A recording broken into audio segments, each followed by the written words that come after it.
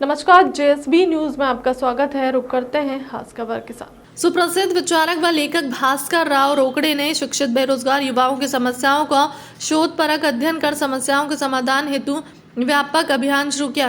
नव क्रांति हेतु संकल्पित समन्वयक अभियान का शुभारंभ रीवा के ऐतिहासिक पार्षद पार्क में 2 मई 2022 को किया गया। मध्य प्रदेश के स्थापना दिवस को 1 नवंबर 2022 से रायसेन जिले के बरेली नगर से प्रदेश में नव क्रांति लाने के संकल्प के साथ 45 दिवसीय प्रदेशव्यापी सम्यक यात्रा शुरू की गई। इस यात्रा का समापन 15 दिसंबर 2022 को रायसेन के मंडीदीप में हुआ। उसके पश्चात माह जनवरी 2023 में भोपाल में प्रदेश के 5 लाख युवाओं का मेगा कॉन्फ्रेंस होगा।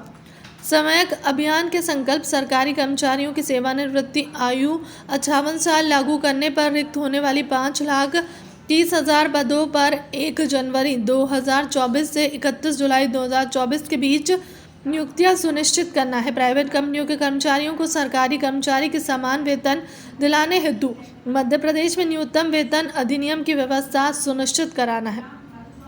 अभियान के तहत तब तक हमारा सम्यक अभियान कोई आंदोलन, धरना, प्रदर्शन आदि कुछ भी नहीं करेगा।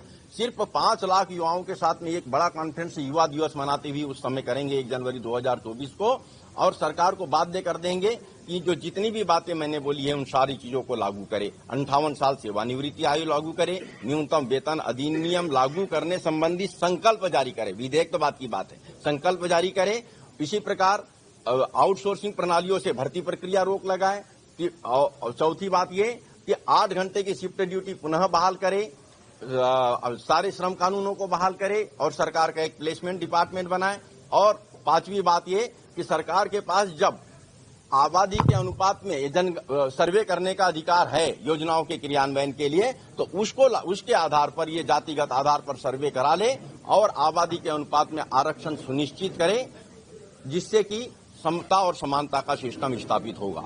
यदि आप लोगों के पास समय है तो एक आखिरी बात जरूर, कोविनेंट मर्जर एग्रीमेंट बना था जब देश स्वतंत्र हुआ और देशी रियासतों का विलीनीकरण किया जा रहा था। उस कोविनेंट मर्जर में व्यवस्था दी गई थी कि ये इतनी बड़ी रियासत है तो इतनी कम से कम प्रॉपर्टी इनके परिवार को चलाने के लिए होनी चाहिए, तो उतनी संपत्ति उनके नाम पे करने की बात आई। उसके बाद की संपत्ति, चूंकि अधिकारी सारे इन्हीं के टाइम के थे, इसलिए इन लोगों ने क्या किया कि अधिकांश संपत्तियों को अपने नातेदार, रिश्तेदार, नौकर, चाकर, औरत और कुत्ते बिल्लियों के नाम रखे होंगे तो उनके नाम भी कर दिया इन्होंने संपत्तियों को, और इस तरीके से बाकी संपत्ति को बचा लिया। और जो इनके एसेट्स थे भिन्न भिन्न तरह के, उनको इन्होंने प्राइवेट ट्रस्ट और पब्लिक ट्रस्ट बना करके सारी की सारी संपत्ति को बचा लिया। उसी प्रकार कोविनेंट मर्जर में एक प्रावधान और दिया गया था कि ये जो महल और किले हैं राजा महाराजाओं के, ये महल और किले आर्कियोलॉजिकल इंपॉर्टेंस के, पुरातत्व महत्व के हैं, ऐतिहासिक महत्व के हैं।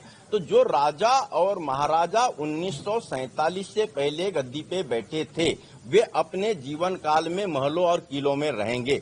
आशय स्पष्ट था कि उनके बाद में उनके परिजन महलों और किले में नहीं रह पाएंगे क्योंकि पुरातत्व महत्व के हैं। लेकिन उसके बाद में यही राजा महाराजा सारे के सारे विधायक बनने लगे, सांसद बनने लगे, मंत्री बनने लगे, मुख्यमंत्री बनने लगे, सब यही बनने लगे। इन्होंने सारे प्रावधान अपने अनुकूल कर लिया और वो कोविनेंट मर्जर की जो भी मर्यादाएं थी उनको किनारे रखते हुए जो भी संपत्ति इधर उधर किए थे उसको भी पहले अपने नाम पे लिए, ट्रस्ट पर भी अपने ही कब्जा को बनाए रखे और महलों और किलों पर तो इनका स्थायी कब्जा हुई। कानूनों को हटा दीजिए, तब हम आप क्या उद्योग लगाएंगे।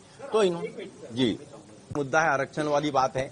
आरक्षण वाली बात में मैं 1 मिनट में भी खत्म कर दूं कि आरक्षण वाली बात में आती है कि 54% अगर आबादी ओबीसी वर्ग की है तो हम चाहते हैं प्रत्येक राज्य की सरकार को एक अधिकार मिला हुआ है, जनगणना का नहीं है, केंद्र का है, लेकिन राज्य सरकारों को एक अधिकार है कि राज्य सरकारी योजनाओं के क्रियान्वयन के लिए जातिगत आधार पर सर्वे करा सकती है, और उस आधार पर हम चाहते हैं कि जातिगत आधार पर सर्वे राज्य में हो। उससे आबादी के अनुपात में आरक्षण भी होगा और 10% हम एक्सीलेंस कैटेगरी के लिए भी आरक्षण चाहते हैं। सरकारी परीक्षा में सबसे अधिक अंक जो लाए उनको 10% आरक्षण दिया जाए। ये मेरे 5 मुद्दे थे।